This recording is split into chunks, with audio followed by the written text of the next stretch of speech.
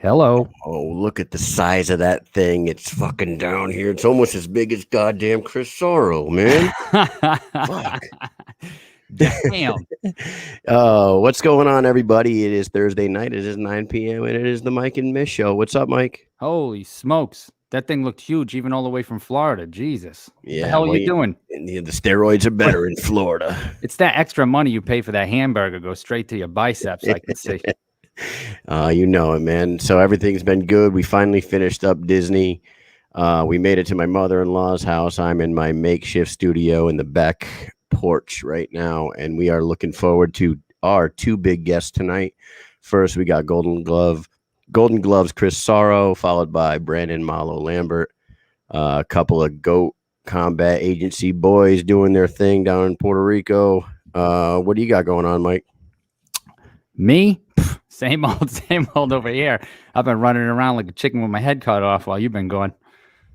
I know. It's like I left town and shit hits the fan. You know what I'm saying? So before we get going, on aisle 5. before we get going, do you want to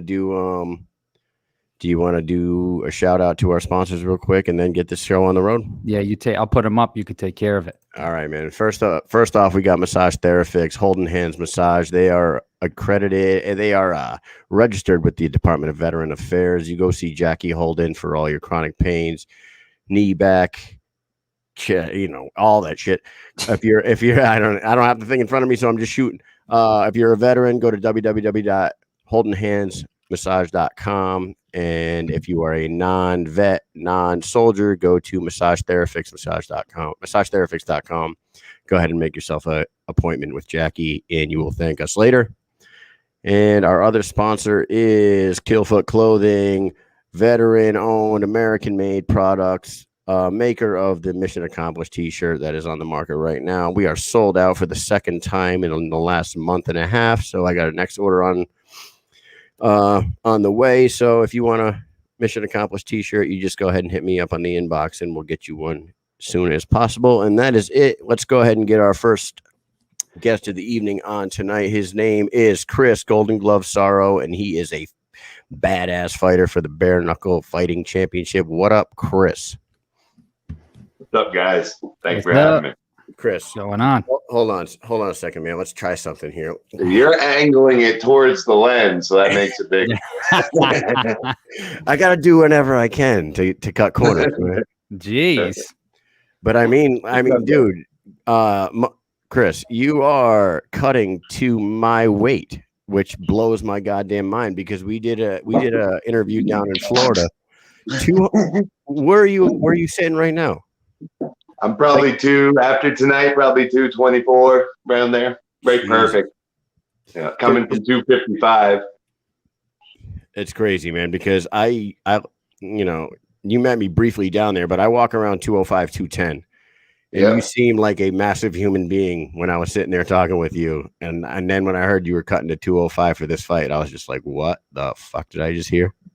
Yeah, this guy's got his hands full because this isn't just a weight cut, like a water cut. This has been like a slow cut with proper diet, proper training. We're doing 3-a-days down here. We're still doing 3-a-days, steady, like hard. Got 9 miles in yesterday. So yeah, I'm normally I walk around like 250, 255, natural weight. That's what I'll go up to after a fight. And 205 is my weight. 205 is my weight class. That's where everyone's gonna have a fucking hard time. I tell you what, man. It's gonna be these guys' hands full. Go ahead, Mike. What is that? Can you say that? Monabo Island, the Mecca of bare knuckle? Monabo. Monabo. Yep. Yeah. The Mecca. Now you had a opponent change, right? So you weren't supposed to be fighting Ezatullah Kakar at first, right? You were fighting somebody else? No, you mean with Hayim Ghazali? Yeah. Right. It just never came into fruition with travel, COVID, all that, all the junk that goes along with that, and regulating a fight. It just never came into fruition. I definitely am excited about that fight, but right now, they came to me with Ezatullah Kakar, and he can get it. Yeah. So, what do you know about him? Because I was looking him up, and it seems like he has a pretty crazy history. He's on that steady lettuce diet over there. Yeah, that's Oh my God, dude. very good. I'm just kidding. Spinach. We know he has a kickboxing background. Seems like a karate kickboxing background. Obviously, if anyone's looked online, there's not much for footage on him. Right. A little bit of amateur boxing stuff, this and that. Especially when I see stuff like that. And then, but I've heard all through the grapevine that this guy, we don't take this guy lightly. You know, you can't take anyone lightly when it comes to bare knuckle because it just takes that one. And he ain't going to get that one. I'm going to get that one. But we don't know a lot about him, but I know enough to know that I'm preparing like this is a title fight, man. You know, I'm at my pinnacle, my peak of what I can do physically. Like with 3 days, you don't hear about 4 days. We're at the peak. And so with diet and everything. So it's right down to, I have to watch every little thing I put into my body, and I have to be on top of every workout. Everything that we do is timed. Every run is timed. Morning, afternoon, and evening. The amount of rounds I get in are all timed and marked. So yeah, this is going to be my best performance to date. That's for sure. And so, yeah, we don't know. Whenever I get an opponent that we don't, Josh had a lot of footage on, but when we get an opponent that there isn't much footage on, one thing I know for damn sure I've learned in time is you never take anyone lightly. Whether there's footage or not, you don't take anyone lightly, especially in this sport. So we ain't taking him lightly at all. Good. So talking about your last fight, we know what happened. How has that changed you as a fighter? I haven't lost a fight in 7 years. So losing to Josh was the best thing that could happen in my career. If I had won that fight and put everything about the fight aside, if I had won that fight, it wouldn't have been a good thing. It was a slap in the ass that I needed to make all the proper changes that needed to be made. And so that's why I'm down here. My camp is down here now. I'm training with the best fighters in the world. I'm coming home bloody at night. I'm collapsing from workouts every day. I go right to the point of death. I made a lot of life changes, a lot of technical changes, a lot of professional changes. It's exactly what needed to happen. You watch a fight in slow motion, it looks like I was down for a long time. I bounced down and I bounced right back up. It was a good shot fight. That was a good call to fight, but I wasn't, there was no residual damage from that or anything like that. I bounced straight back up. I was good to go. We went out for drinks that night with Bobo, O'Bannon, and Ras Hilton and the crew and stuff. So it was good. I would love that rematch. And I've only been a pro for 2 years. He'd been a pro since 2002. So I'm pretty happy with I came out, I didn't hold one damn punch. I came out to kill from the first punch I threw right to the last punch. And you should know by now, 3 fights in BKFC, if you watch my whole pro career, I come to kill from the beginning. That's my nature. So it's a fight. It's a fight, man. It's what it needed to happen. But I tell you what, it's iron sharpens iron. And that shit ain't gonna happen again.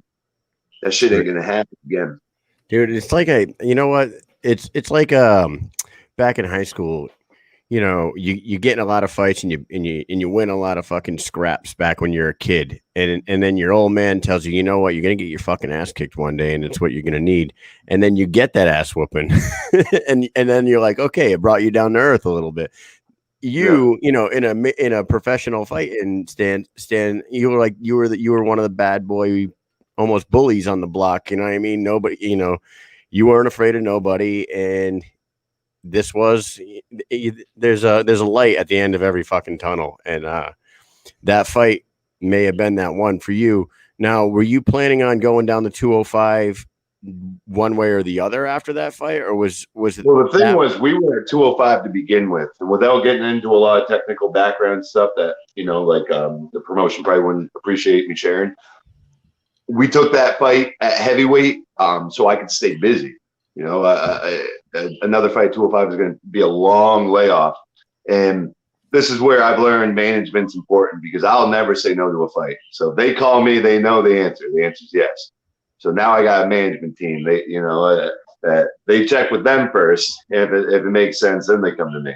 I appreciate that because I'll always say yes. I'll say yes to 20, 300-pound men, with weapons. I will go out. I will die. I will. It's not in my nature because I'll lose sleep over shit like that the rest of my life. So no, 205 is always like for that fight, for instance, I was 250 pounds, 248 or something that weighs. The lack of cutting weight was also the lack of conditioning because the amount of conditioning I do to train for every fight, by the end of that conditioning camp, I'm at 205. I'm right. Like the conditioning is part of the cut.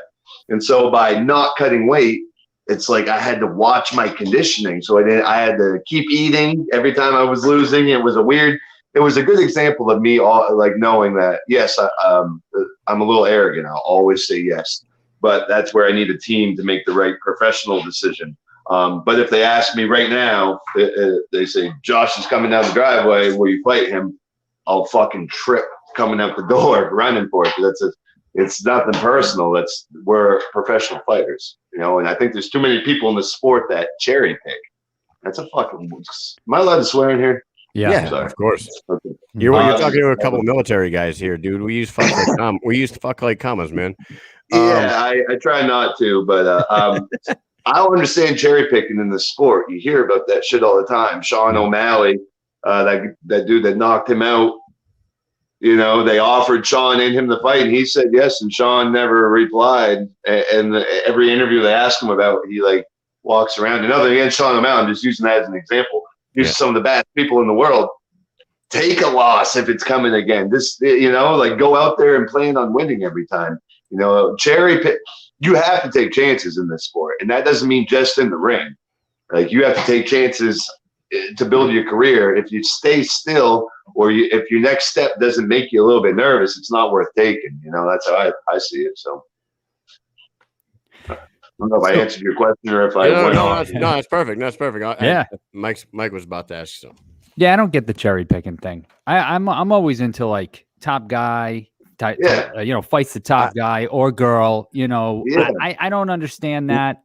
When did it ever become a thing to turn down fights? I don't understand. I don't know when that became a thing. Around when Facebook came out and kids started men started getting really soft. Because you never would have seen Marvin Hagler cherry picking or Tommy Hearns or James Braddock. And some of these guys, there was no cherry picking. Cinderella Man was cherry picking. He was there to make money, come to fight to kill, and put food on the table and stuff. So I don't know. I think it became a thing when social media became a factor in combat sports. If you were to go back before social media was ever a thing, your manager sits in your gym. I'm talking before plastic Nokia faceplate phones. You're in your gym training, your coach comes up to you, your manager, whoever it is, offers you a fight, and if they agree, you agree, and you go out and you fight. There's none of this, this guy's got more followers on Twitter. It makes more sense to take this fight because it's red panty night if we do, and all that shit. Do you think it was like the Conor McGregor era that, you said social media, but even when social media has been around for a while, but it wasn't until maybe you just got onto something. Maybe it wasn't until the Conor McGregor era, the Floyd Mayweather, Conor McGregor era that people started because saying, you would rarely hear in I'll make you rich. Any kind of back talk, you would rarely hear about fighters pulling out or not taking a fight, an offer for a big fight, waiting for the other one. Now, there was mention of it, but it's very, very little. I've been around long before Conor McGregor. This is my 14th year steady in the sport. And I remember when I started, MySpace was still a thing. MySpace, Tom? Yeah. Was the guy's name Tom? People didn't even know how to use it. And incorporated into the sport that time. You didn't hear a lot of cherry picking back then. And maybe there was cherry picking going on. There was no social media for us to know about it. You know what I mean? It was kept under the rug more. But I got a funny feeling with how soft. I was just born in the wrong era, dude. I was supposed to be, 500 years ago. So I'm, don't mind me with this, but as men and women, human race as a whole gets softer, there's going to be more cherry picking. The average champion today has never been in a street fight, and that's not a bad thing. You know what? And that was one of the fights I remember. I don't know, maybe Caleb Harris's first fight with the BKFC. Yeah, right. Caleb Harris said it wasn't until his first fight in the BKFC he had ever been hit with a bare fist, which blew my mind. I was like, whoa. Caleb isn't soft. Right, exactly. I don't think that doesn't make anyone soft because I'm in a street fight. It makes them smart. Right. But like you said, though, that blows your mind that the guy's a professional fighter and he's never actually been in a street fight before. It's Demetrius Johnson, same thing. Never been in a street fight. Never laid a hand on someone without a glove, and kept his job at like Target up until he got the title shot. So wow. There's a lot of different kind of cats. That's what's cool about this sport compared to any other sport. I'm not talking just combat sport. I mean any other sport. If you ask any fighter, why do you fight? And I mean, like, for not a generic answer, like, why do you fight specifically? Every single fighter is going to have a different answer. Like, my answer is very custom to why I fight. And Elvin's answer, completely different and custom to why he fights, Elvin Brito. You ask any single fighter, it's all going to be custom. That comes out in styles. So when you watch me fight, I like to be super technical because I love the science of boxing, and I come from a family of boxers. I'm also super aggressive because I got a lot of shit inside me I'm trying to work out, and shit from my youth and growing up, and I like blasting and I love violence. So that's my style. I like intensity, all that. You see it in a fighter like Reggie Barnett. Some aggression, super, super technical. I can't speak for Reggie because I don't know his personal story and why he fights, but what I'm getting at is it's custom to every single fighter and why they fight. That's what I like about this sport in general. Is I'm an artist. I made my living as an artist, commercial artist, before I turned pro to support my amateur career, and I'm all about creativity and individuality, and you get that in this sport. We're a bunch of fighters, so there's going to be animosity. There's going to be we're all going to have our own way of dealing with confrontation and shit like that. But it makes it interesting for me. I told you I was going to go off on tangents. That's right. Hey, that's what you're here for. You're here to talk about you and what you think and your fights coming up and your life and all that good stuff. Yes, sir. So how's Puerto Rico treating you? How's the food there? We talked about the food before with Britt and Hart, and how's the food there? Are you trying anything crazy? What's your favorite? It's all food? Fresh meats and cheese. Fresh, no cheese. Cutting out on the dairy, but everything's fresh down here. There's no fast food, and my diet's super strict right now. It's like, rabbit food, really lean proteins, lots of water, getting ready for the final cut. But the food's amazing down here. Right down the road, there's a pig roast every week. They put a fresh pig up so you can drive by and see it, and you can go up. It's in the building. You go up there. It's a new pig like every week, just cooking all week. You can go up and I want a little bit of the knee, a little bit of the hip. They got crab stands, like crabs real big down here. You can just go for a run or walk down the street, go up to this lady for $1. She'll give you a little pita wrap heaping with crab meat. Back home in Maine, that would be $13 for that right there. And you get them for $1. Wow. And so when I'm not down here cutting weight, food's amazing. When I am cutting, I can't really get to enjoy it too much, but we still make it delicious. I'm eating leaves. Yeah, you're eating leaves. Now, hey, I want to hold on, Mike. I want to talk about something for a second. 2-3 weeks ago, I had Josh Burns on here. Yeah, I know. And this guy, somebody Dickman Dickelhammer or whatever the fuck this dude's name is, it says, I'm surprised to see Sarro on this podcast after Mish arrogantly said he hopes Burns taught him some respect. Okay, let me talk about this for a second. We talked about. We talk about this guy's name first off. Dickman Dickelhammer. Dude's been cursed his whole life. Holy shit. Keep going. Anyways, so I don't know if you saw the show, but I asked Josh about your guys' animosity going into that fight, and he said that you guys were beefing the couple days before, and even after the fight, you guys were still beefing in the back room and whatever. And whether I said I hope you learned some respect or whatever the fuck, I probably meant it as far as, but you actually answered that question anyway. You kind of said that you got knocked off your pedestal and you needed that. You needed that smack in the ass, correct? You know what I mean? You went in there with it wasn't as much as a pedestal as it was you get going too far in the wrong direction and there's no one there to say, hey, when you're winning fights, you're not going home saying, all right, let's see what we did wrong.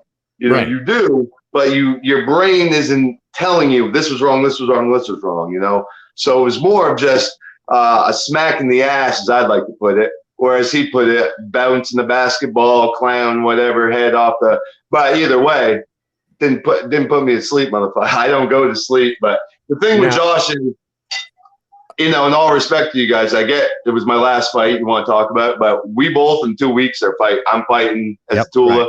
He's fighting Dylan Kleckler, you know, and I respectfully declined being on a show earlier today. They wanted to bring me on while he was on. I was like, you're not, you know, I want to talk about my upcoming fight, right? You know, and not as much Josh. Just like I'm sure Josh doesn't really want to talk about me as much as he does his upcoming fight. But I know a lot of people want to know and all that stuff. And I'm not going to get into the beef because it's just I'm not going to bring it up. But I'll put it this way: he's shown me some respect as of late, and I respect that. You know, that's all I ask for. I'm not out here trying to be friends with anybody. I'm not trying to be enemies with anyone. I want to do the work and clock in and clock out and get my paycheck with as little bullshit as possible. And it's the fighting game. I don't shy from confrontation. And Josh learned now that I will fight. He knows I would fight him anytime. You know, no matter what he says, he knows that's my nature. I have no part of me that says no ever. Face broken into pieces, I'm still going to come unless you put me down. So, you know, we'll just take it from here. You know, right now he's not even on my mind. And, you know, as much as I would love a rematch, I'm a true professional. I'm fighting Ezatullah Kakar in 2 weeks. And there should be like a 205 tournament coming up soon, right? I mean, I know how the BKFC likes to do tournaments for their belts. Lorenzo Hunt, I think that's his name. He can't even spell my name right. Called everyone out, you know, at 205 and whatnot. It's like, dude, you are a smaller breed than me. Let's not even go there. I'm coming down to the heavyweight, back to 205. I will break bones. We'll break bones. You know, spell my name right too, Lorenzo. Spell my name right. I love this, Chris. You seem fired up and ready, man. Yeah. I'm actually not. My heart's very calm. You don't want to see me fired up. I can break them. I think Vince Anderson was saying like they got to rein you back, you know, because you'd be out there hunting. They do good. They got their hands full. So I know you have like a really good relationship, it seems, with like Elvin Brito and his family over there. And what do you guys do for fun besides training and stuff? What do you guys do together? Dude, we rest when we're not training. Yeah. Excuse me. Everything's fun down here. This is paradise. You know, Malnabo, Arroyo, Patilas, this Humacao, where we go to Walmart. The whole place is fun. The whole island, everywhere you look, it's paradise, and it never gets old. You know, when you go on like vacation to a tropical place, and after like 5-6 days, you got the kids, you're ready to get home. You know, you don't get that down here. It's everyone here is super relaxed, super grateful. They're all very grateful people, very present. You know, and it rubs off on you. Whenever I leave here, I'm always like, I go home super positive, stuff like that. But you know, there's nothing else to do besides when you're done training, go down to the beach that looks like straight off of a postcard. No other people, and we all just set up hammocks and we hang out at the beach with his family and go swimming, and we go down to the river, the waterfalls, and the rainforest, and then we go back to the gym. We go to sleep. We wake up. This is my day. I wake up 6:30. We go run either La Pica Mountain, which all together is a little over. It's like 5K, but it's a son of a bitch. That mountain. That's a breaker. That's a deal breaker right there. We do La Pica every other day, and then we'll go to the track. Every other morning, it's either La Pica Mountain or we go to the track. When we go to the track, it's miles with sprints, 100-yard sprints as fast as we can. We go home. So we get home, say 8:30, 9 o'clock. eat correctly, rest throughout the day. And part of my rest is either, because I'm right on the ocean, I'll walk right down to the beach, do some yoga, do some stretching, some shadow boxing. I like to get in the water for like 30 minutes and work out, get that resistance, which is good for joints, all that stuff. And then by 4 o'clock, we got to be back here, get ready to go. 4:30, 4:45, we're on the road, and we go to the jungle gym. The jungle gym is this place out deep in the jungle that all the local kids that are training for whatever junior Olympics team, baseball team, soccer, all them, they're out there with their coaches, and they're flipping tires, hitting sledgehammers. I mean, in the depths of the jungle. That's why this is the jungle camp down here. There's no jungle camp in Miami. This is the jungle. And we when we get done there, then we go to a Royal Boxing and we get our sparring in. We get we'll do 8 to 12 rounds in there, sparring, shadow boxing, heavy bag, pad work. And then we go home. We literally, by that point, you eat. I put a movie on and I pass out 20 minutes into the movie every night. And that's a repeat. We only take one day off, doing 3 a days. So it's intense, guys. I feel like that's me every day. I sit down for 5 minutes and I'm out cold. Yep. That's good though. It means you're working hard. Except Mike does that with approximately Noah days. That's right. Noah days, they call them. They call them Noah days. You're on the bong diet. Listen, bong and Fritos. We're back to spring right now, okay? So I don't work out from October when we take our PT test for the Army, and then as soon as we take that PT test, I'm off for the winter. You know, I go all the way until like a good 60-degree day comes around, then I start running again, you know? Yeah, well, good thing you're in the Army. The Air Force, they'd have your ass out there running every day. That's a lie. Air Force ass. Where are you at? Where are you at, Mike? I live in Rhode Island. You're in Rhode Island right now. Yeah. Cool. Where in Rhode Island? At Coventry, Rhode Island. I grew up in Cranston, and then I moved to Coventry. Very cool. Half my family's from Providence, and the other half's New Haven, Connecticut. Yeah. Oh, cool. Yeah. And Kyle lives in Connecticut. Yeah, I live in Connecticut. Yeah, he's down. New England strong, baby. Yeah, baby. Oh, that's right. Patriots all the way. Pepe's Pizza. Oh my God! You know what I would do for Pepe's Pizza right now? I would kill. Oh yeah. I would no. Let me be careful what I say. Dude, you know what? People I would eat a kitten. Sorry, Lowell. I would eat a kitten for Pepe's Pizza right now. you know, El Presidente from Barstool Sports. He named New Haven the pizza capital of the world. So yeah, you got Luigi, Sally's not anymore. Pepe's. What's the other one there? You got Bar, and they got one of them's called Bar Pizza. It's Bar is awesome. Bar is awesome. And then there was one more, but they got 3 of the highest scores he ever gave out on the Barstool app. They also have the steamed hamburger at Luigi's, which is the original home of the steamed hamburger. They have it patented. Listen to you. All right, let's stop talking about food. I was gonna say, listen to you. You're going into a deep dive on food right now because you can't eat any of it, man. Yeah, bad. You know, I got to spend 4 or 5 days in Puerto Rico on the military dime. Nice. I went down to the Virgin Islands to recover some aircraft. We had to load them up on a C-17 and fly back to the States. And on the way back to the States, we had a fuel line pop inside the aircraft, so it was like leaking fuel. So we had to emergency land in Puerto Rico, that was a crazy. I don't know if anybody watching out there has ever heard of this, but in the military planes, the oxygen mask is a bag. You put this bag over your head, and then you pull these 2 cords, and it fills up with air, and then you suffocate and die. Right. Yes, and then you breathe that shit until the bag's about this close to your head, and then the crew chief tells you to switch bags, and you pull it off. Dude, you rip it off, you put another bag on, you pull the 2 cords, and it fills up.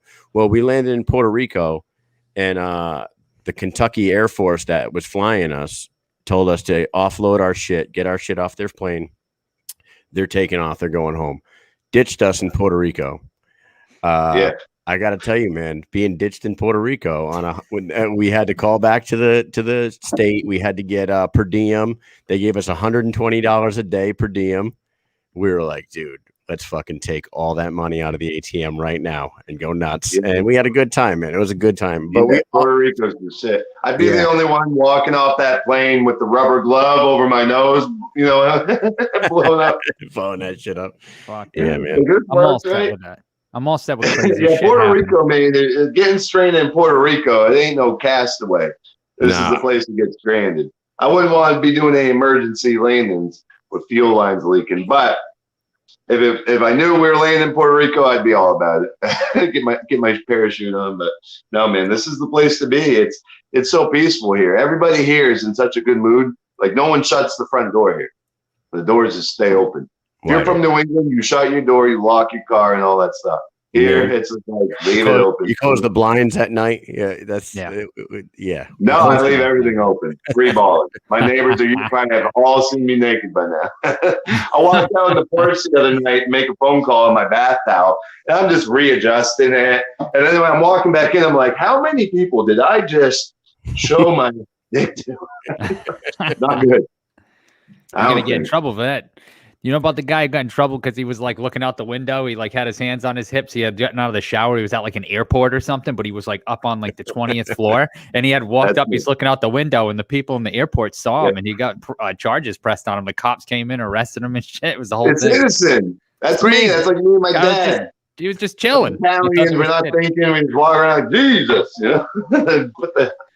Yeah, I feel for that guy. Poor guy. Why'd they have to charge him? It's embarrassing enough that everyone got. And now he's worm's eye view of your ball sack. They gotta arrest you also. Now you're a registered sex offender. Next thing you know, now you're registered. Yeah, I gotta go knock on doors and tell people, my ball's hanging out in the airport. And, I'm that guy. Oh man! So hey, Mike, before we bring our next guest on, do we want to give Chris an opportunity to do some shout outs and give us a in-depth, very precise prediction on how you're going to win this fight? Absolutely. Let me get my sponsor list up real quick, guys. Here's half of it. Here's half of it. Got him at the bottom there for you, buddy. Oh, you got him. I got 2 lists, so this is the first list. Yeah, if you post those while you're posting those, I'll give you the prediction on the fight. How's that work? Okay, good. Sounds good. Yeah, no, I don't. I didn't have the list in front of me. I know how you guys were gonna have it, but yeah, all my sponsors watching are gonna be happy with that, especially Tony Murray. There we are. I love Tony. Patriot Homes, Richard Serene. I gotta just go down while they're going. Wilkinson Title Agency. My uncle, has been a help since day one. Bring it.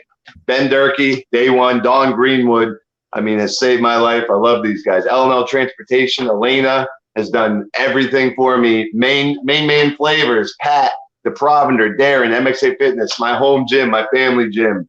I love all you guys. I miss you guys. EMS, Rev Gear since day one. So right and so good. Sauna Tech keeping me sweating and my boobs getting smaller. Corey Neville's for welding everything at our gym. Rude Clothing, I love you, Julian. MMA Uncensored, Chris LeBeau. Goat. Enough to say about Goat. I love you guys. Sinclair Builders, Randy, Jake, I fight for you. Every fight is for you, brother. Till the end. I love you, man. I love you guys. Thank you. And so, my prediction for this fight, I'm going to fight. This is going to be the fastest, most explosive. I'm going to hit this dude so many fucking times, so hard. He's going to be cut, bleeding, and he's going to wish that he had picked another person to have his introduction to BKFC with. It's going to be violent, and what happened last fight's never going to happen the fuck again, ever the fuck again. So what you're about to see April 3rd, it's going to be some real violent, aggressive shit. You're going to feel this in your chest, and it's not going to be like anything else you've ever seen before. It ain't going to be an ass in their seat. That is a fact. And that's it. Good. That's awesome. A hell of a prediction. I love it, man. We love those violent fights. Yeah. So we are going to bring on a man who you either love him or you hate him. I don't think there's any in between. I don't think I've met anybody that go, he's okay. Not one time has anybody ever said that to me, I swear to God. And I'm sure he probably agree, and maybe you would too, Chris and Kyle. But anyways, we know him as, Mr. Malo, the bastard of bare knuckle, the green-haired geezer, It is Brandon Lambert. What's up, guys? What's up? What's up? What's going on, Malo? Not much, man. Doing recovery. We just had a hell of a session. Chris was in there putting in some work, Shark Tanking today. So, we're just doing some recovery right now, man. It's been a hell of a day. Are you in Puerto Rico with Chris right now? Are you like outside while he's sitting inside? What's going on here? So I'm at my house Oh, okay. in Puerto Rico, Well. outside, because I have no signal inside my house. Well, you sound good. You look clear. This is good. Yeah. Right. So, what we like to do on the Mike and Mish show is pull some crazy, fun, bullshit, off the wall, non-combat sport game to play with our guests. Usually it's some sort of trivia, we played Never Have I Ever with Crystal Pittman. We played a few other games. The useless information quiz that we did with John Lee Chalbeck versus Alicia Zepatella from Invicta, 105-pound champion. We did a bunch of stuff. Brackets. We were doing March Madness brackets, but not about basketball. We did it about food and shit like that. Was the fraud drunk or sober? Well, I think that you were on that podcast, and if I can quote you, I think you said, "What is this guy drunk?" Oh, yeah, he's drunk on every podcast. I think he has a social anxiety on speaking or something. I like to have a little bit of a mixer,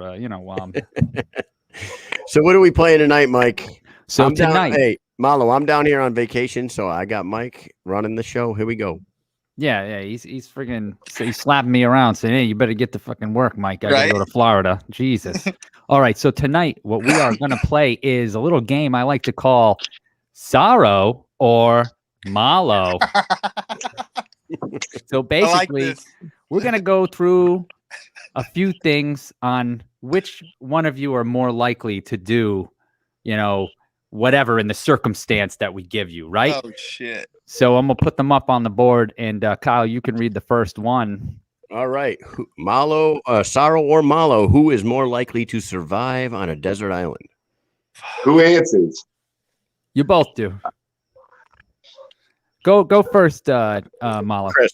I'm gonna have to say Sarro, because the dude's up from Maine. He knows the outdoors. He can live in harsh climate. And I'm kind of a pussy when it comes to that stuff. I'd be SOS and fires and shit. So I'd have to say Sarro. I'd be putting fires out in my truck. I'd get a whole air compressor in the back. No.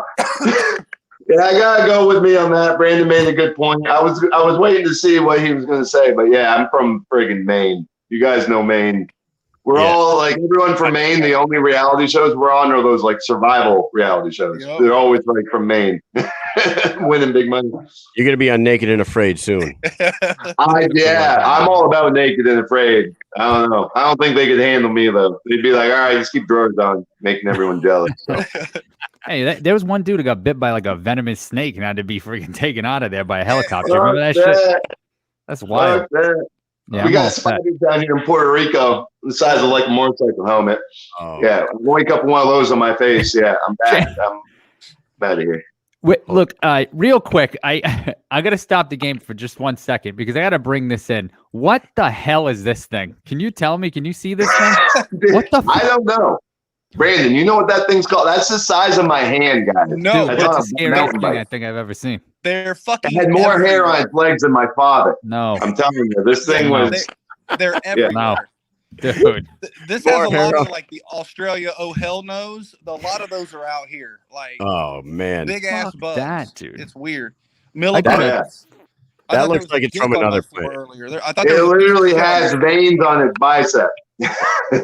Ugh. Dude, that thing is fucking nuts looking. I couldn't believe that when I saw it. But I came out my door and it was on the ground. It was all dark out and it disappeared. It went towards the bike. And I was like, I'm going to catch this fucker. And I turned the light on my phone and I'm looking for it, shining all over the bike. Couldn't see it. And then I see it. It's on the bike and it's like waiting for its colors to adapt. Like, it sees me. But that thing went right up the bike and it tried to like mold into the bike. And I don't like spiders in general. I'm okay with spiders. I don't like a spider that can think. You know what I'm saying? Like a spider the size of your damn head, man. Yeah. It's like if I get a monkey, I'm gonna get like a baboon, one of the ones with the colorful asses. They look like they're just about violence and eating shit. But the little monkeys, those are the ones that'll spend like 30 months plotting your death and hook the wire up with the bucket to the door. Yeah, that's like these spiders. That thing was smart. It was like looking at us and was like thinking who's gonna make the first move. Yeah, I wasn't. I'm all set with that. Anyways. I would have thrown a Molotov cocktail at that thing. Yeah, Gatling gun. Screw that. All right, number 2, Mike. Number 2, who is more likely to wake up in another state without knowing how they got there? That would be me because it happens all the time. Oh, it's happened before. Please share. Yeah. What did you? I gotta say both of us, but if he does it all the time, he's got me beat. Yeah. I can see Chris doing that too, though. I could definitely see Chris doing that. Yeah, it would be one hell of a hangover movie if we all went ham one night. Vacation with goat combat. That's. I want to take all my guys to Bangkok. So everybody in GOAT, I want to take everybody to Bangkok. Now that would be a movie. So if we go, Mike, you guys got to come and video and document it. I'm down all day. You just found yourself. Yeah, bring bail money because I'm definitely getting arrested in Bangkok. I'm 100% into a Thailand trip. You kidding me? That'd be insane. Oh, it's nuts. Oh my God. You guys would have to keep me because I always have like two girls in each arm. You'd be like, Chris. You got to make sure that they're not those lady, not the lady boys. Yeah, you got to make sure those girls are girls. Numero Trace. Who is more likely to fall in love with a stripper? Well, I have a past with a few of them, so I don't know. You might have just admitted it because I can't go to strip clubs. Like I can't. Yeah. I'm dirty, so like if I'm handing somebody some money, you're taking your panties off and keeping them off. So I don't go to strip clubs for that reason. So I was in a long relationship with one. Now, if you said like a brothel or something, that would be me. But strip club, I can't do strippers because I don't go to strip clubs. Brandon would own the strip club, and I would try to marry him. No, I wouldn't try to marry him, but I would try to make babies at least. That part. I was in a decently long relationship actually with a stripper, and one thing that I learned was because I never went to the club and watched her work, and the one time I asked her, "Can you like show me like what you?" I almost got a whole plate of food thrown at me. So she was able to keep it separate. But yeah, no, that's me. I like them crazy. All right. Good answers. I think it's 2-2 right now. Are you keeping score over there? I think so. I think. All right. Oh no, that was only the third question. So how could it be 2-2? No, because we were both on the second. Yeah, good. So you're right. You're on it. All right, number 4. Yeah, we're good at adding. Math is so easy.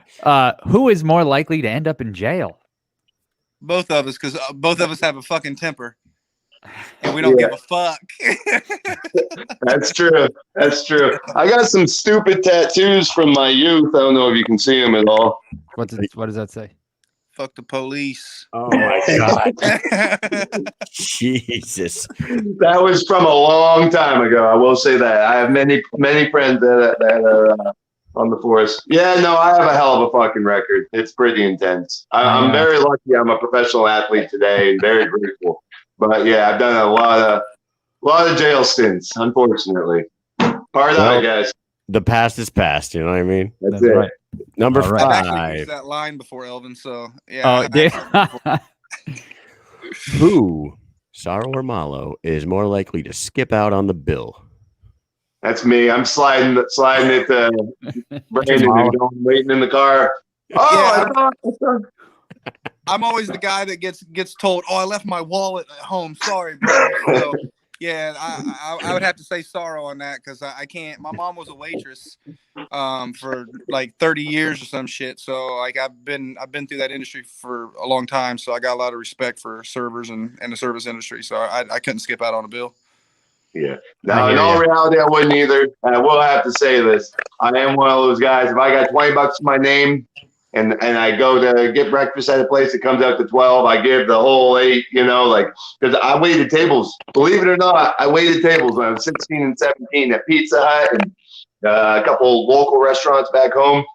And the Pizza Hut ended, though, with someone complained about their wings, and I ripped my shirt off like Clark Kent and walked out of Pizza Hut and slammed my name tag down the counter. I was like 17. I was like, that's it. That's me waiting tables. Probably the same today, but no. I in all reality, so people don't think I'm an asshole.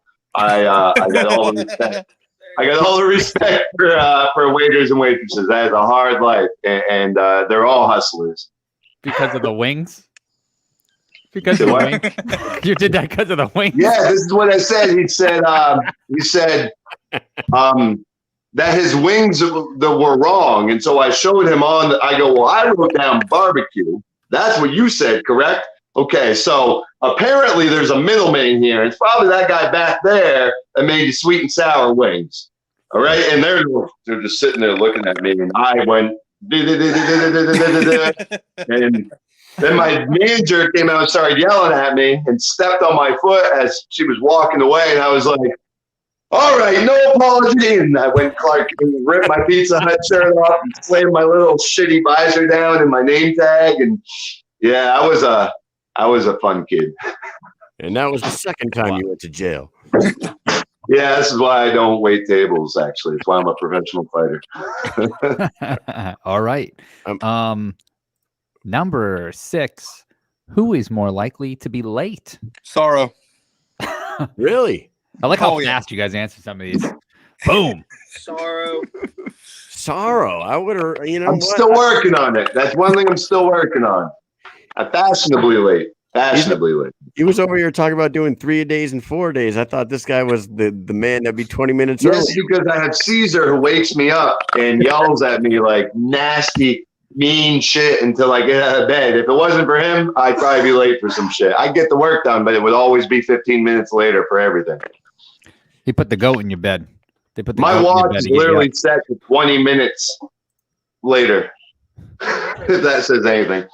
So, and I'm still late, so who knows? Thank you, Brandon. Nice. Okay, here we go. Number 7. Who?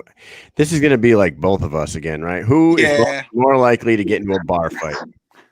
Yeah, I would say more likely me at first because Sarro has a more level head than I do. And I think it would take a lot more, unless he was super hammered. But if he was sober and he knew the other person was hammered, I think that he could calm the situation down because he's got a good heart. Me, I just don't like shitty people, so I would just get in a fight with him. So I'd hit him. Vince Anderson in the comments says Malo. We'll just go with that. We'll just stick with that one. Scott Farley thinks that's very funny, apparently. And I'm sure these guys know you, so obviously. Yeah. Oh, Brandon's got that one. 3 more. Right back home in my hometown, everyone from the bar I bounced at for like 3 years is like pulling their hair out. But Brandon's right. He's got that one. Nice. All right. Number 8. Who is more likely to help get rid of a body? I would say both of us, because if Chris came to me with the body, I'd help him get rid of it. And I truly believe if I came to him with one, he'd help me. That's true friend. You shouldn't be smiling like a weirdo right now, but yes, I agree with Brandon. Oh man, I mean, I feel like you kind of got to do that for your friend, right? No matter what. God, that's such a hard question. Well, yeah, I always root for the bad guy. I actually know people that happened to, so and that's not a lie, man. That's for real. If you've went through the things that me and Chris have went through together too, we went through training. We're going through training camps together. I was there for his fight. You know what I mean? He was there for my fight. So like, there's a lot of emotional connection that we've been through. So like, yeah, if he needed me to get rid of somebody for him, I'd help him for sure. Yeah, and same here, unfortunately, because it's just my nature. That's how we ride. Let's not get any further into murder and homicide. Let's go on to the next one. Yeah, right. Yeah, let's move it on here. We have All too right, many let's enemies move to be it on. speaking of these things. All right. Who is more likely to squash the beef with an adversary? Who's more likely to move on? Probably Sarro. I'm petty. You're petty. You hold grudges. Brandon likes to live in the stress. Yeah. My heart can't allow it, so I need to ignore and move on. But if anything if you confront me with anything, I got no problem. You got no problem. But yeah. I would say me, for lack of yeah. Brandon loves it. He loves it. He lives in it. Yeah. Dude, I'm you know freaking what? loading up my Uzi by like the third troll come 9 o'clock in the morning. So Frankie Smalls or whoever that guy was. Oh, we get the best ones, dude. And now I'm getting pulled into it because we're down here together. So I'm getting all the friggin' Malo hate coming. I love it though. I love it because I tell you one thing about trolls and haters. One, I never hear it to my face. Never, ever. Not one person has any of this shit to say ever to my face. If I ever see any of these people in public, like I never do. I call them golden nuggets. Like God doesn't give me those golden nuggets because I'd hang them by their underwear on something high up in public. But they're these guys. I don't know. I find it interesting. One time I went out of my way. I don't give these guys any time. But one time I went out of my way to track one of these trolls down through Instagram. They could be in Indonesia for all the fuck I know. I tracked one of these guys down, found his phone number. I'm not even gonna get into it. my last coach is a former cop, and I called this guy. He had no idea, and he picked up the phone, and I was like, "Are you friggin' Ding Dong Acoustic playing at 87 in my underwear, whatever his name was on Instagram?" And we had a little conversation, and he was the epitome of a troll. This guy. And I just needed to hear his voice. And we had like a nice little one-on-one. And man, what a soft world we live in. Weird, soft, scared people that the only way they get hard-ons is if their mom looks at them or we reply to a comment. That's like that Frankie Smalls dude. But and all these guys, all of them can get it. They're never gonna get it though. They'll never get off their couch to go pick their nuts up. Frankie's watching too. Fuck you! But I hope you were in Alabama. Frankie's watching. Oh, Frankie! By the way, dude, you'll never be on a podcast like this. I'm glad you're watching because you're an absolute nobody with a big mouth. But if I ever saw you in person, I'd punch your teeth so far back in your goddamn throat, your whole family would feel it. Yeah, I talked about your family. Anyway, sorry, I don't like that guy. All right, let's move it. Let's move it on before. All right, cool. So number 10. Am I reading this one? Am I reading this one? Yeah, you're reading this one. All right. So number 10. Who is more likely to die first in a zombie apocalypse? I was hoping this would get a little bit of the gears turning, and maybe you guys can be like, no fucking way, you're gonna die first. Probably me, because I would just go in and try to fight them as I try to fight everybody and people that I'm not supposed to fight. So yeah. It'd probably be me. Brandon wouldn't read the instructions on the flamethrower or some shit like that. I'd catch a ricochet. I don't know. That's a toss-up too. If we were to die, it would be from something stupid. It wouldn't be from a one-on-one with a goddamn zombie. That's 100%. For sure. 100%. Frankie, bunch of Frankies coming at you. Oh man. Oh, Frankie, I'm so glad you're watching, Frankie. This is the closest we'll ever get to hearing my voice. I love it. Go back to Fortnite or whatever you don't do. What you like to do. All right. People, dude. That guy went out of his way to watch this show. I tell you, I quoted a line from Dan Henderson. Dan Henderson told Michael Bisping before their first fight. And I just quoted Dan Henderson. I said the same thing Dan said to Michael Bisping, and Frankie apparently couldn't handle the hot seat. It's too bad, Frank. Go get a job. I don't know what you said to him, and I don't know what got him so fired up, but this is good. This is good television right here. Is this he probably had his first hard on in the last 3 years. Just listening to my voice. Sorry, I don't like that guy. I can't stand people like that. I'll never get to see these people. You know what I mean? Frankie, I'll give you an open option right here. I will buy your ticket to Birmingham, Alabama, and after I beat Ezatullah, I'll come find your gangy, Gumby ass in the audience, and you can get it too. But I know you won't take me up on that. If you do, though, here, I'll buy your ticket. I'll fly you out there and buy your ticket to the event. And come on over and talk to me, pal. Sorry, guys. He can sit next to me. I'll be ringside. Yeah, no, he'd be hiding in the shade, like the rest of them. Sorry, Mike. Okay. Well, hey. Okay. Hey, whatever. Hey, I'm here. So that was a fun game of Sarro or Malo. I hope everybody enjoyed it. I thought it was fun.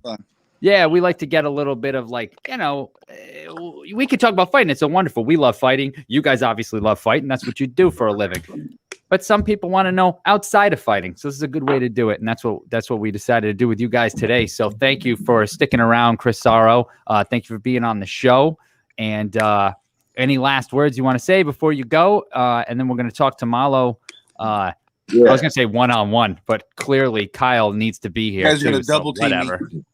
Oh, yeah, boy. no, I would Get your like to. popcorn I do ready. apologize. I do apologize for taking the last 10 minutes to give that low life any time on your show. I do appreciate you guys having me on your show, though, for real. I love your show. I tend to find myself catch myself watching it throughout the week randomly. It's fun. You guys do an awesome job, and you're both from New England. I appreciate that. You know, it makes me just feel like at home right now, getting to talk with you guys. So, you know, I wish nothing but the best for all of you. And, you know, and Brandon too. Brandon's out here killing it. I'm proud of that dude, you know. And so for everyone who's got shit to say about Brandon, the dude's down here putting in some serious fucking work. So people they got no place to be talking shit, but they're always going to, because that's the yin to our yang, and that's what keeps the balance in this world. So, but I love everyone. I love all of my fans, everyone back in Maine. You guys are amazing, you know, and you are my fuel. Everyone New England, everyone all over the world that sends me love constantly. And trust me, there's plenty more love than hate, guys. Sorry, Frank, but I love you guys. You guys are my fuel. You know, I'm fighting for my community. I'm fighting for my family. Fighting for Jacob Sinclair, is my best friend, my brother, and I wouldn't be able to be here today to entertain you guys if it wasn't for him, because that dude saved my life. All right, so I'm not a bully. I got love for everybody, you know, but I got no problem smacking you in the mouth if you need one. So, but I love you guys. Thank you for having me. Stay tuned, BKFC 17. It's going to be a hell of a performance, you know, and I do have a lot of respect for my opponent. He's been nothing but respectful for me, but this is the fight game, you know, and I'm coming out there to get that W, and that's what's going to happen. It's gonna be Chris, good. when's the fight? April 30th, BKFC 17, Birmingham, Alabama. Bare knuckle fighting championships. This is going to be my 4th appearance, and I'm very, very grateful to my. You know, this promotion's kept me busy. This will be my 4th fight since BKFC 9. You know, and so I know they got hundreds on the roster, so I'm very grateful. You know, and I'm not going to waste that opportunity one bit. So I'm down here eating lettuce. All right, No, I man. don't have any love for Frankie. I saw someone left that comment. Yeah. Yeah, it's all good, guys. But hey, thank you. Thank you for coming And, on, Chris. All right, have a good night. All Take it right, easy, buddy. take it easy. All right. What's happening, Mr. Malo? Not much, man. Enjoying and living life. Enjoying and living life down in Puerto Rico. So you have a home. You live in Puerto Rico. I didn't know that. I'm relocating down here. Yeah. So Elvin found me a house through his relatives, through his family. So I'm renting a place right now, looking to buy it. But I'm also going to be buying there's a lot of abandoned buildings out here, a lot of abandoned houses. So I'm going to pick up a couple of those, renovate them, and then have them ready for guys to come out here to train. Nice. When is your next fight, man? Do you have one lined up, or what's up? Yeah, I'm talking right now. It's probably going to be July. I'm still recovering from that weight cut. That weight cut was tremendous on me. So I'm giving my body the proper amount of time to heal. I know I talk a lot of shit and I call a lot of people out, but I want to do it right. I want to be 100% for this fight. So we're talking about July. I think my body will be ready in July. And then we're talking about maybe a 155-pound fight to give my body more time to recover before I cut down to 145, because I'm going to if I can come in here and I can dominate this fight, which I plan on doing, I'm going to cut down to 145, and I'm going to make a run for the 145-pound belt. Nice. Awesome. You know, what do you know a date in July yet? Is there a day set? No, or I don't even no. We were talking before. I was gonna fight maybe in like in June in Biloxi, maybe like the 23rd or whatever. And then events got switched around. So I'm not sure of the date in July. I just know that there's a couple of dates that are being kind of played with right now for a bunch of different events. So I'm just waiting. I'm just waiting for Nate to call me. If I would have won my fight, or if I would have looked good, then I would be in a position to demand or to ask for something. But I'm not in any position to be demanding or asking for anything. So I'll wait my turn, and when Nate wants me to fight, I'll come out there and fight. Right. We haven't talked to you since since Knucklemania, right? This is the first time. I think so. Yeah. Yeah. How did let me ask you about that? How did you feel? I know you said that the weight cut, you cut about 40 pounds to get to 137, right? You had a hard time getting to 135. Yeah. I know that the weight cut killed you, but how did you feel about your actual performance in the ring? Did you like it? Did you hate it? What do you have to say about it? I've watched my fight twice. That's it. That's it. I mean, obviously I'm not. I did too. Obviously I'm not impressed with my performance as far as like my technical skill. But I am impressed that I even made that walk, because that fucking weight cut fucking murdered me. I mean, it almost killed me. So I know now not to play with my body that much and how serious this is. So I want to take it very, very cautiously and very, very methodically to make sure that I can, I'm 38 years old. So I don't have 10 years in this game. I have maybe realistically 4 or 5 years, and I legit want to be a champion. So I'm legit putting in the work to do that. So, I mean, I was dead after the first round. I remember going to the corner and asking Brock, I was like, how am I doing? He's like, you're fucking winning, bro. He's like, you're doing good.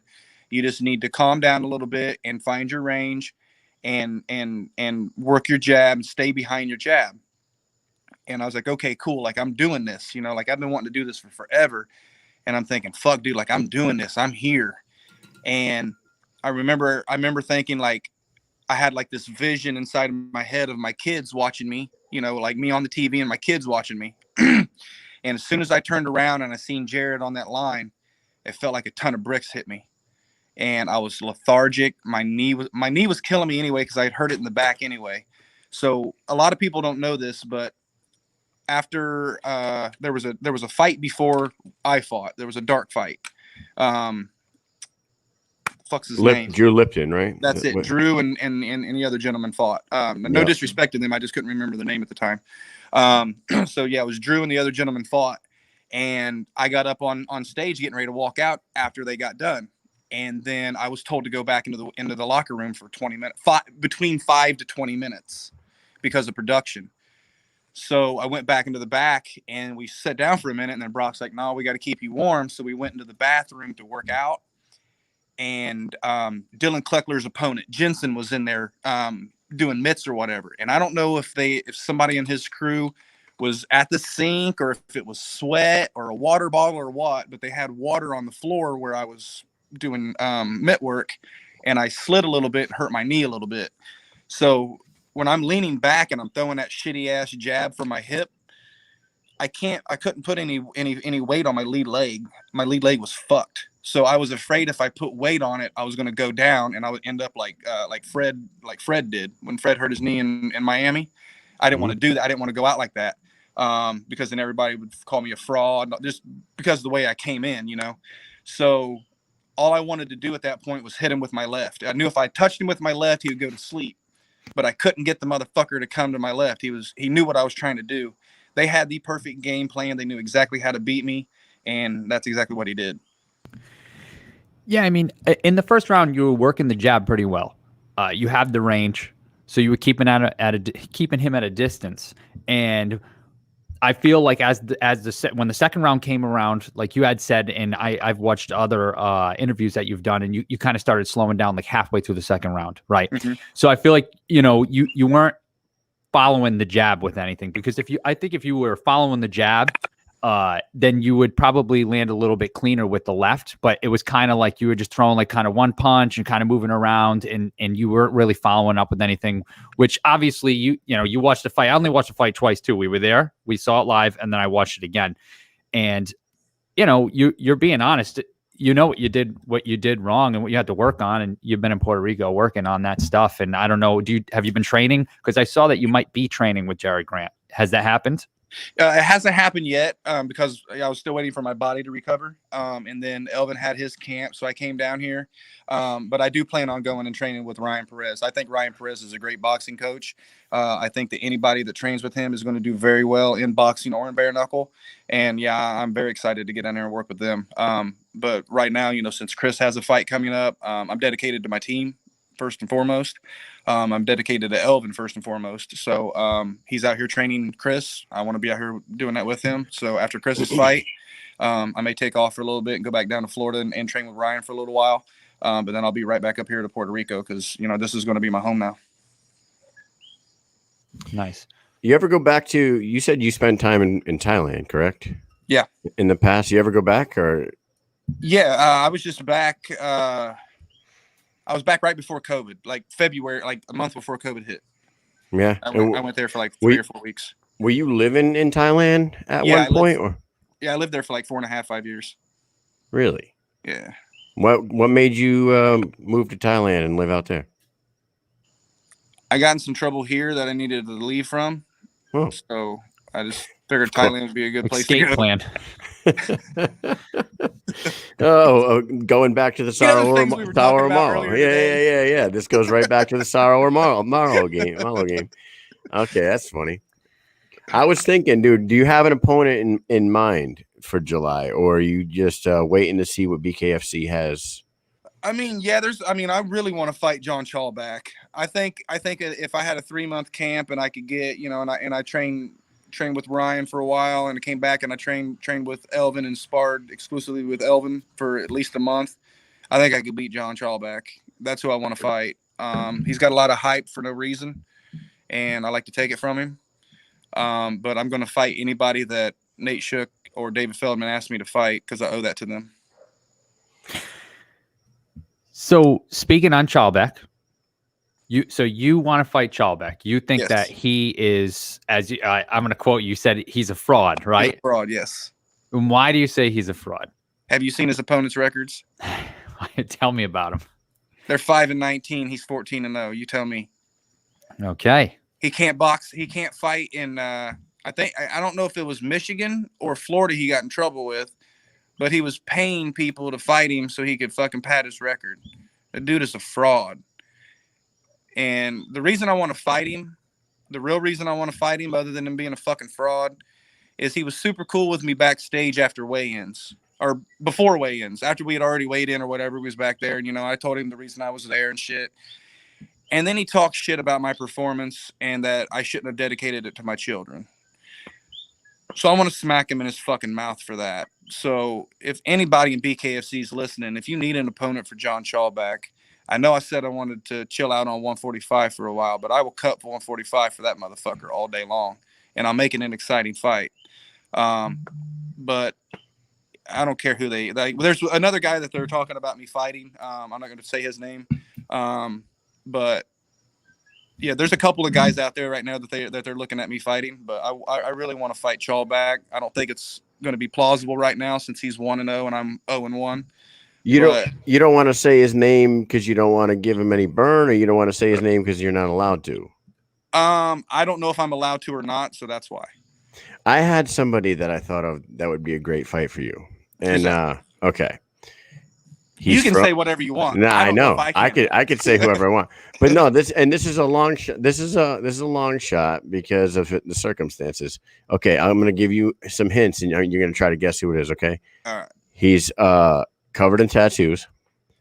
He's from the UK, and he's relatively unknown in the United States. He's that fucking boxer guy, the UK's worst boxer. No, you're wrong. No. I'm not talking about Mr. Good John. I'm not talking about him. I'm talking about a guy named TJ Chang who is fighting out of Thailand. I would love to fight TJ. I love dude, TJ. You and TJ Chang writes itself. Bad versus evil.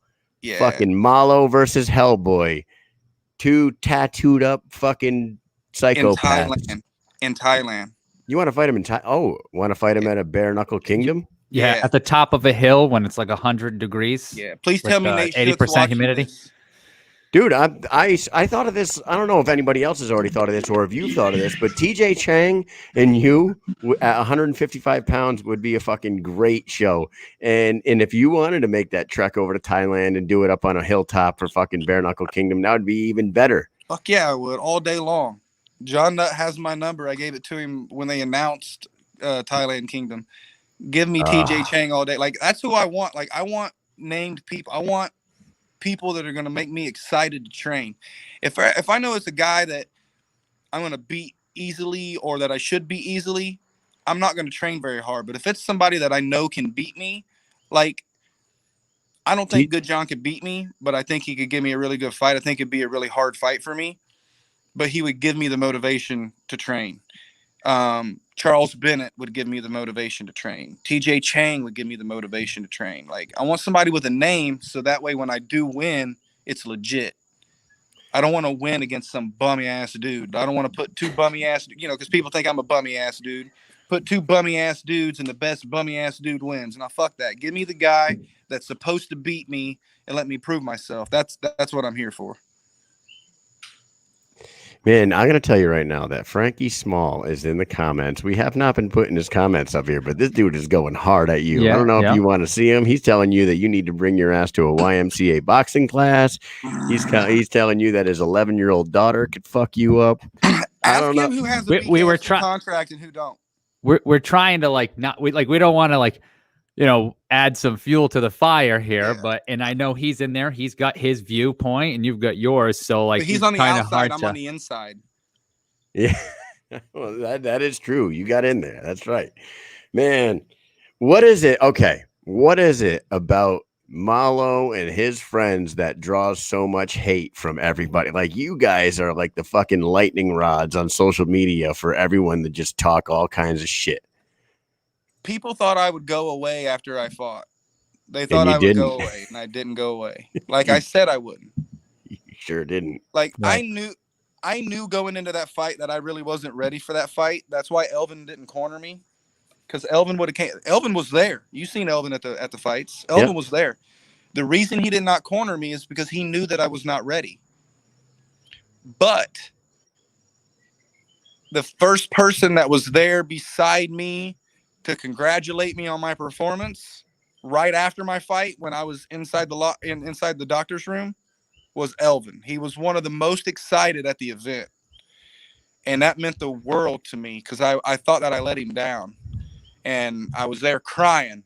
I was bawling my eyes out, and when I seen him, the tears stopped because he was like, "I'm a believer, man." He's like, you did good. So that meant a lot to me, and that's another motivating factor for why I want to get back in there, because he spent a lot of time with me, and I want to make him and I want to make Caesar proud. Nice. That's awesome. Elvin Brito seems like a very, very good person. Like, I watch his videos. I hear the way that you guys talk about him. I see that his family invites everybody. When you come to Puerto Rico, they seem very welcoming. His wife's cooking for you guys. He seems like such a nice guy. He is. He's very underrated in bare knuckle. I mean, they have like the most defensive highlights and shit, and he's not even on it. And he's the fucking most defensive fighter in bare knuckle. He doesn't get the shine that he deserves because he's not super vocal. So I'm hoping that I can bring a little bit of shine to him. Like, that's why I want to excel to this, so I can show him show them that that's what he's responsible for this. When I go out there and I stomp whoever they put in front of me, Elvin's going to be the one that's responsible for that. If I go out there and shit the bed, I'm responsible for that. But if I go out there and do what I'm training to do and what Elvin's teaching me to do, that's Elvin's win. And that's what I want to bring to him in July. Like, I love Elvin. Like, I have a deep love for Elvin. You're renting one of his houses right now, too. So yeah, that's good, man. Well, I got to tell you, man, Malo, you shocked everybody by talking your way into that first fight. Yeah. You've shocked everybody even more by not going away after that first fight, which you're an anomaly for sure. You definitely have a great heart as far as towards the fight game. So I don't know what all the hate and discontent is behind the scenes with all the people that you got coming at you, but I don't get it either, man. Yeah, I don't get it. So from us here, you keep grinding and doing what you're doing. You seem like you have found the right camp to, hone your skills, fucking get your technique up, and keep on doing what you're doing, dude. Don't let any of these fuckers bring you down. Can I address this question here? Mm-hmm. Yeah. Okay. So yeah, that's why I brought it up. Yeah, I've always been kind of humble, but so what that fight done to me is made me realize what I can and cannot do, and not to play with my body as much. I know that I can fight. So no, the fight didn't humble me. It just made me hungrier, I guess. I'm a very humble person. Like if you meet me and you speak with me, you end up liking me. Like there was 5 or 6 people in Mississippi that wanted to beat the dog shit out of me. And as soon as they met me, we were good to go. You know what I mean? So like, I don't put out a different persona. Like I am who I am. I say what I say. Like I went to the Mississippi the Alabama tryouts. I went to the Alabama tryouts because there was 7 or 8 people there that said, "Hey, if you show up, we're going to smack you in the mouth." And as soon as I got there, I seen one of them go into the bathroom. I followed him into the bathroom to see if they're going to smack me in the mouth. I've read about this. Yeah. So like, I want everybody to know, like, I'm not putting on a front for social media. Like I will fight you anywhere you want to fight. But I'm doing this because I want to make a name for myself so I can prove to my children that I didn't give up on them. That's the only reason I'm doing this. I'm not doing this for the money. Let's see, especially when he talks to others with records, getting a shot. Don't hate the dude. So Frankie seems to really hate Chris Sarro. Yep. Yeah, I don't get that. Chris is a good dude, man. Like Chris is a great dude. He's got a big heart. He loves a fight game too. But like people are mad at me right now because of how I got in, and then they're trying to do the same thing, but what they're failing to realize is that they're calling me out, which doesn't look good to a promoter. If you were a promoter, would you want somebody calling out your champion or a dude that lost his debut? You know what I mean? Yes. So I do.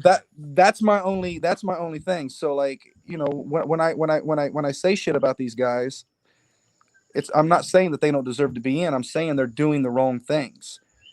Nobody is ever going to be able to do what I did because they're not allowing that anymore. I shut that down. So you can't do what I did. Yeah. I trailblazed it and I shut it down. If I'd have went out there and bombed ass and stopped Grant, then it may have been a shot. But now the tryouts are the only way to get in. So doing all these posts and flashing all these 20s and all that shit like that other dude was doing, it's just giving the sport a bad name. Like you can't do that now. I did it because it was available at the time. It's not available anymore. So I don't want this sport to become a circus. And that's what it's becoming right now. Because you've got pretty much everybody that was at the Alabama tryouts is signed to a management company right now, thinking that they're signed to bare knuckle fighting championships. It's ridiculous. Well, we spoke on Nate Shook. You mentioned Nate Shook earlier. Have you talked to him lately? Has he told you who your next opponent is? Do we know? I don't know if I missed this earlier. Yeah, if you mentioned it, but did he tell you have a fight for sure and this is who it's going to be, or are we just speculating? Maybe John Shelbeck, maybe Tyler Goodjohn. Yeah, no, we have. Maybe we just came up with TJ Chang. Yeah, I'd love to fight. That was a good accident. Or Spencer Ruggieri.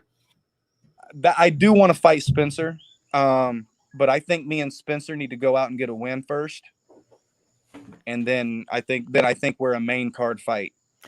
I think that makes you guys compatible, for a fight. You know what I mean? Yeah, I mean, I was fighting right now. That when they were fighting, if you watch the fights, as you said, I want fighting, the Viking. I went up to Dave. I was like, I want the Viking. I got ushered back to my seat real quick. But I want Spencer Ruggieri for sure. No animosity at all. I like what the kid's doing. I like how he's presenting himself. And he doesn't block anything, so I can just light him up, and he doesn't move. He's not Jared Grant. So if I can have somebody that can stand in front of me, my biggest thing was when I was reaching for Jared, I got exhausted. I couldn't hit him. If you watch it again, every time I strike, I stand, I plant, and then I strike. You can't do that. So I'm learning to move with my punches, and yeah, I want to fight this Viking. Yeah, the Viking is the fight I want. Him and Chalback. I think that would be a good fight between you two. I think you guys would have a good match. Tell Nate and David to give me the Viking. I think me and the Viking in Dallas would be amazing. There you go. We're gonna have him next Thursday, so we'll talk to him about you. Yeah, I mean, we speak a lot. We converse back and forth. I've trolled him a little bit. We've spoken about that, so I'm not going to be doing that anymore. Because I'm not trying to be disrespectful to the guy. I have a lot of respect for him and his background and stuff. So I just want to fight him because I think it would be a great fight for the fans, a great fight for the promotion. This wouldn't be a fight where it would be, I'm going to kill you. I think it'd be a great fight. I think we're on the same level technically and skill wise. Yeah, I mean, 0-1 versus 0-1 would be cool, but I would like for both of us to have somewhere to go. So I'd like for us to both have a win. That way, whoever lost still had a place in the company. Right. So you're not sitting at 0-2. Basically. Yeah. True. Oh, well. And that's just my business mind working, Yeah, hell yeah. Before we let you go, I wanted to ask you one more question. Do you ever regret any of the things that you put on social media? Like you ever put something out there to like troll someone and then be like, oh fuck, maybe I shouldn't have done that? Nah, I usually say what I mean at the time. Okay. Like there's a big thing going on right now where I got into it with a Jewish guy, and I made some personal statements to him that seemed anti-Semitic, which weren't, but other people viewed them. And I mean, all they wanted was an apology, and I refused to do it because I said what I said and I meant what I said. The dude spoke about my children's situation, and I spoke out of anger, and I said what was on my mind at the time. So anything that I've put on social media, only thing I regret putting on social media, and nothing with trolling, is just the information that I've put out about my situation, my family situation with my children and things. It just gives people ammunition to say stupid shit to get me fired up, which you guys have seen numerous times on interviews. Yeah. It's, someone mentioned somebody's family. I understand. So I get it. When I see anything like that happen, it really does fire people up. There's something about that, it's like back in school, when you're in school and somebody says something about your mom, for some reason, you just flip your lid. You're like, what'd you say? Don't say something about my fucking mom. And you start freaking out. Hey, that was it. Hey, you said something about your mom. There's going to be a fight. Somebody's going to fight. It don't matter. It's recess, or after school, somebody's getting their ass beat. Getting into it. You better get ready. I think what it is the fact that I don't have control of the situation, and then people are saying untrue things, like they don't know the situation, so then just oh, you're a shitty father or whatever the case may be. So that's what pisses me off about it. But that's the only thing that I regret putting on social media is my personal stuff. But I mean, I suffer from depression. Like I suffer from bad depression, as a lot of fighters do, I think. You've mentioned that before. That's my only outlet. Like I'm very antisocial. I don't like to talk to people. Even like Elvin's one of the most talkative people on the planet, and we barely speak because I just don't. We talk a lot, but I don't voice my personal opinions, and I use Facebook as like a diary, and I just wish I'd never done that. Yeah.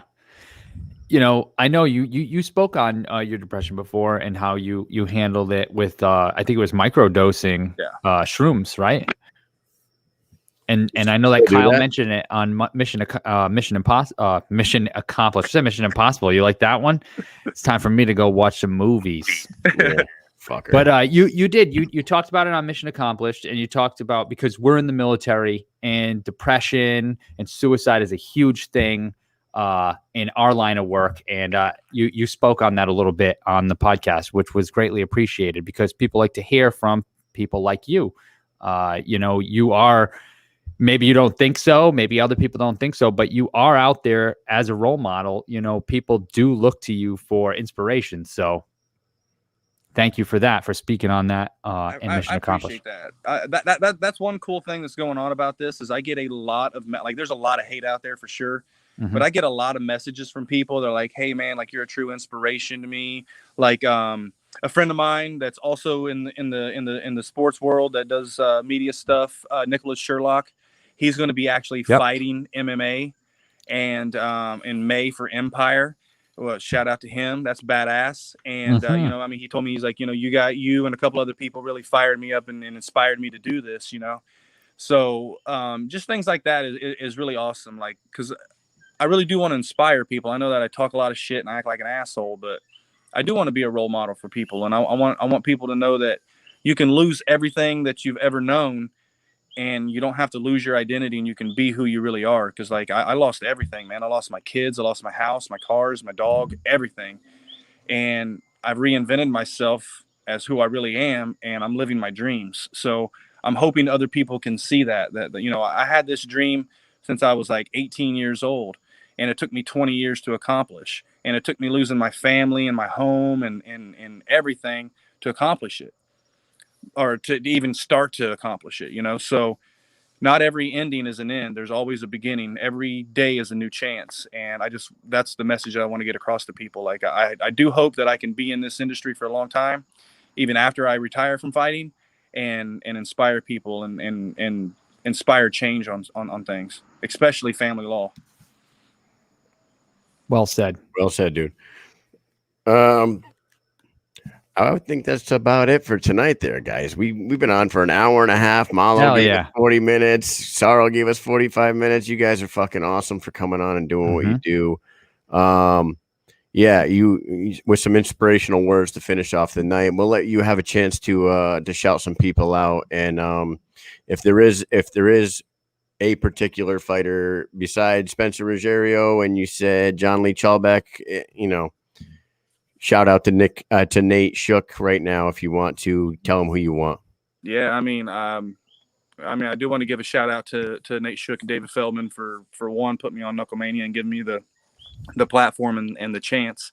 But yeah, I mean, David knows I want to fight the Viking. Nate knows I want to fight the Viking. I would love that fight. I trained my ass off for that fight. And I want John Chalbeck. I would definitely train my ass off for that fight because I know the dude can box. I just don't think he's as good as everybody thinks he is. I even think maybe even put me in there with Greg Bono and let me finish him quicker than Chalbeck did, and then give me Chalbeck. You know, I'd be willing to do that. But I want to give a shout out to, you know, Turp House Clear, turphouseclear.com. Shout out to Goat Combat Agency for sticking by me all the time. Vince and Scott, they've done a lot for me through my ups and my downs. Shout out to Coach Caesar. Shout out to Elvin Brito for, you know, allowing me to come down here to Puerto Rico and show me what beautiful life is. And shout out to you guys for bringing me on the show. And then shout out to all the fans and all the haters. I mean, haters are fans too. Oh, yeah. Oh, yeah. Yeah. You know what? They keep tuning in. So, yeah. You know what, man? I just got to say thank you for coming back on the show. I know that you say you're what did you call yourself? You're the Howard.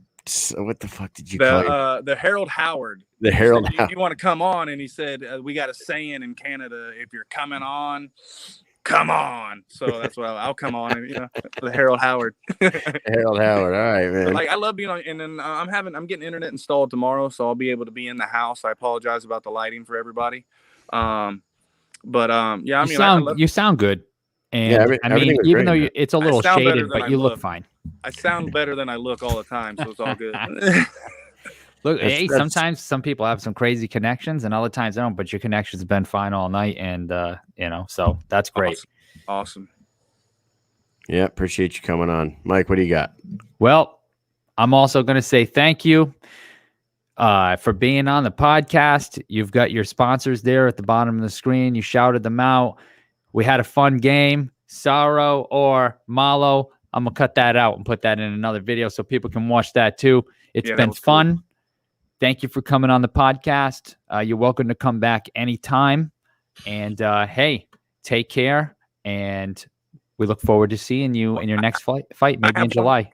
I have one question for you guys. Are you guys going to be in Alabama? We're trying to get there, man. Yeah, I don't know. I want to be for sure. I want to be. We should be. We know that. With our like schedule with work and military like weekends, like we get 3 weekends off a month. So like we got maybe 6 days off in a month. That's about it. And Kyle's coming back from vacation soon, so he's already been away. You know what it is, Malo. We're trying to. I've been in the military for over 20 years, and he's been in for over 12. And like we've done enough. We've been on enough deployments and this and that.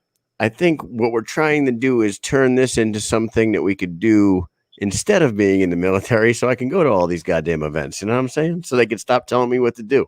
Yeah, I was gonna say the military gets upset when you miss work. Yeah, they do.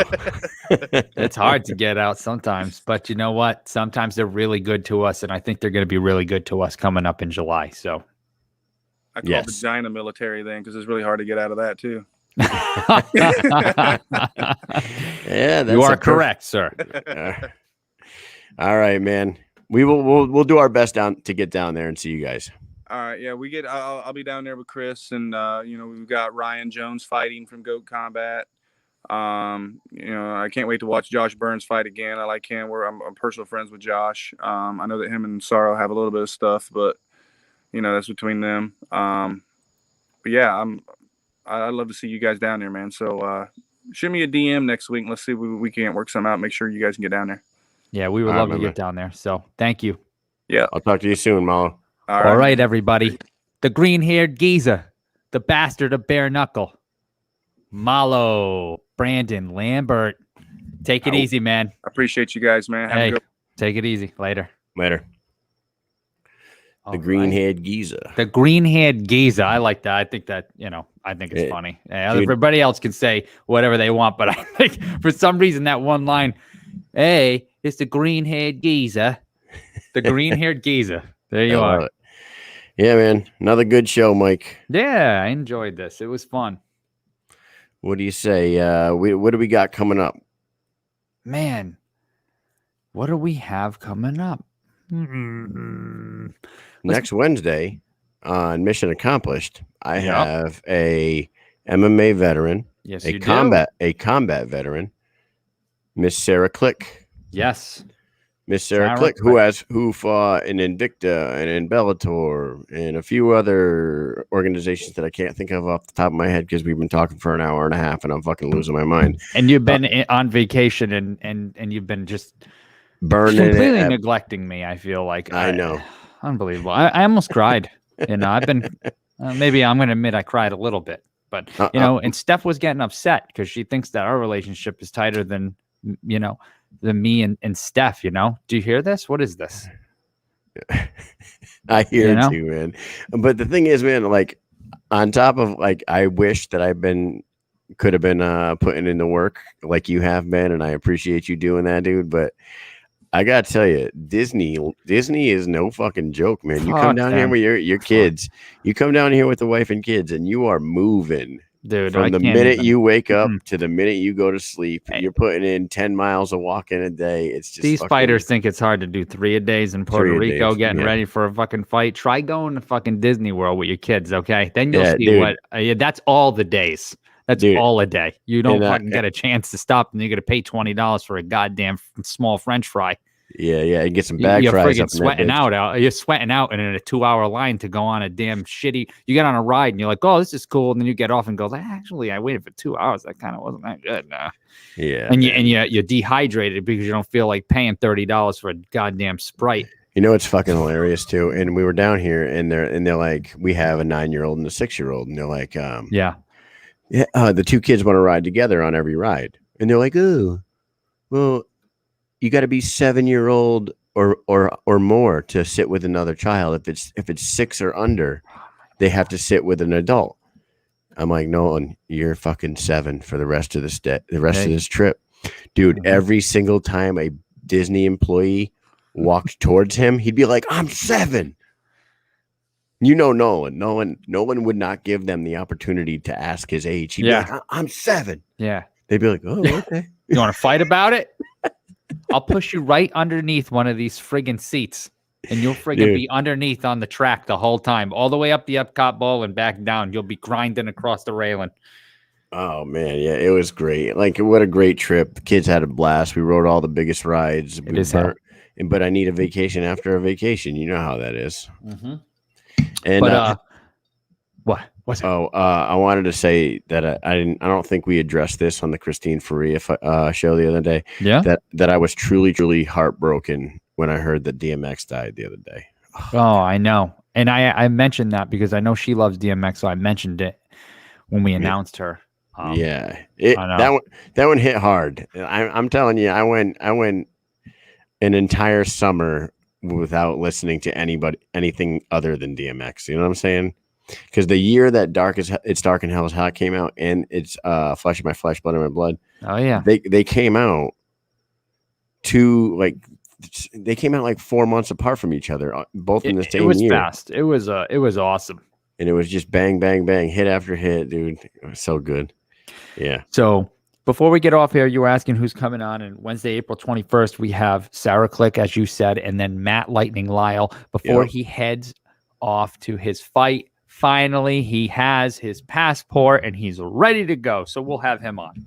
Yeah, Matt Lyle. He's going to be fighting Eric Flores for the World Muay Thai title down in Mexico City on April 24th. So he will stop in one last time to let us know how prepared he is.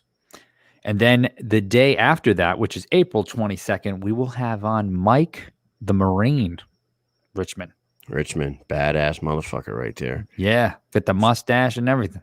Got the whole pikey thing curly going. loop going on at the end. You know, the old school bare knuckle boxer look going on. So that should be fun. And after him will be Spencer Ruggieri. So that should be a fun podcast too.